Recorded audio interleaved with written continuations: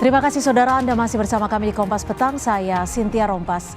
Selebritas Dedi Mahendra Desta tidak hadir dalam sidang perdana kasus dugaan tindak asusila yang melibatkan Ketua Komisi Pemilihan Umum Hasyim Asyari yang digelar di Dewan Kehormatan Penyelenggara Pemilu atau DKPP.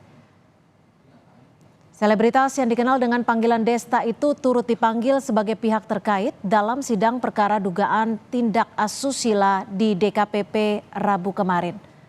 Menurut Ketua DKPP, pemimpin redaksi salah satu stasiun televisi berinisiatif untuk mengambil alih kehadiran Desta. Ketua Komisi Pemilihan Umum Hasyim Asyari selaku teradu pun buka suara soal ikut dipanggilnya Desta. Hasyim bilang dipanggilnya Desta dalam perkara ini untuk memberikan keterangan atas ucapan ulang tahun. Meskipun Hasyim enggan menjelaskan lebih lanjut. Kasus ini saudara diadukan ke DKPP buntut video salam ucapan untuk anggota PPLN yang diduga dirayu Hasyim. Video itu diambil saat jeda sebuah acara talk show televisi berkaitan pemilu 2024. Pekerja entertainment yang kemudian ikut dipanggil menjadi pihak terkait, yaitu yang kira-kira tuduhannya bahwa ada ucapan selamat ulang tahun kepada kepada pengadu yang itu kemudian dituduhkan bahwa seolah-olah yang mengkreasi saya dan itu dilakukan dalam forum resmi. Nah, hal situasi benar atau tidak kan saya bantah di dalam persidangan. Apa alasan saya untuk membantah saya kira tidak perlu saya sampaikan di sini karena sekali lagi saya ingin mengatakan itu semua dalam persidangan tertutup. Kalau saya sampaikan di sini kan saya mengingkari komitmen saya. Soal pemanggilan Desta, Ketua DKPP Hedi Lugito mengonfirmasi melalui pesan singkat kepada Kompas TV.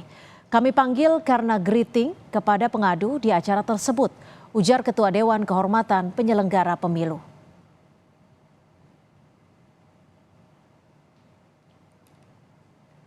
Dalam sidang tertutup di DKPP, Ketua KPU Hasyim Asyari membantah dirinya melakukan pelanggaran kode etik penyelenggara pemilu dengan berbuat asusila kepada anggota Panitia Pemilihan Luar Negeri atau PPLN. Hasyim mengklaim seluruh muatan dalam pokok aduan tidak sesuai dengan fakta yang ada. Hasyim pun mengaku kecewa dengan langkah pihak pengadu yang telah membocorkan pokok aduan kepada media sebelum sidang dimulai. Dirinya berniat mengambil langkah hukum atas kejadian ini.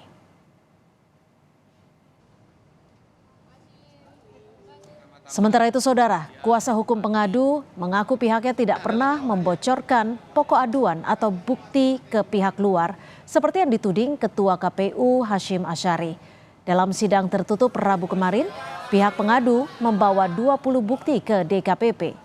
Hasyim dilaporkan ke DKPP oleh Lembaga Konsultasi Bantuan Hukum dan Pilihan Penyelesaian Sengketa Fakultas UI.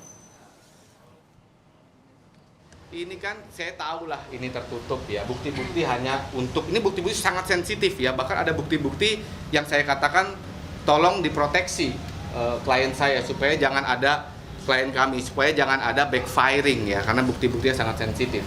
Saya nggak pernah membocorkan, kami nggak pernah membocorkan apapun selain argumentasi. Kuasa hukum pengadu dari LKBH UI menyebut dalam sidang tertutup DKPP muncul fakta krusial.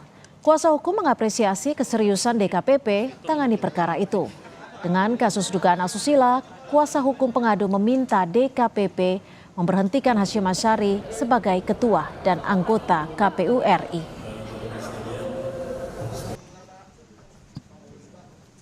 Namun mengingat dalam proses persidangan kemarin muncul ya fakta-fakta yang sangat krusial dan mengagetkan DKPP yang tidak bisa saya sebutkan di sini, Majelis DKPP kemudian menilai perlunya dilakukan pemeriksaan lanjutan di sidang berikutnya. Untuk itu kami sungguh apresiasi keseriusan dari DKPP dalam menangani perkara ini. Dan juga tentu bukan hal yang mudah ya buat klien kami untuk sampai pada situasi ini, sampai ke persidangan ini. Kami harap setelah sidang putusan yang ini akan dibuat nanti lebih berpihak kepada korban dan juga kami memohon kepada DKPP untuk memberhentikan teradu baik sebagai ketua maupun sebagai anggota.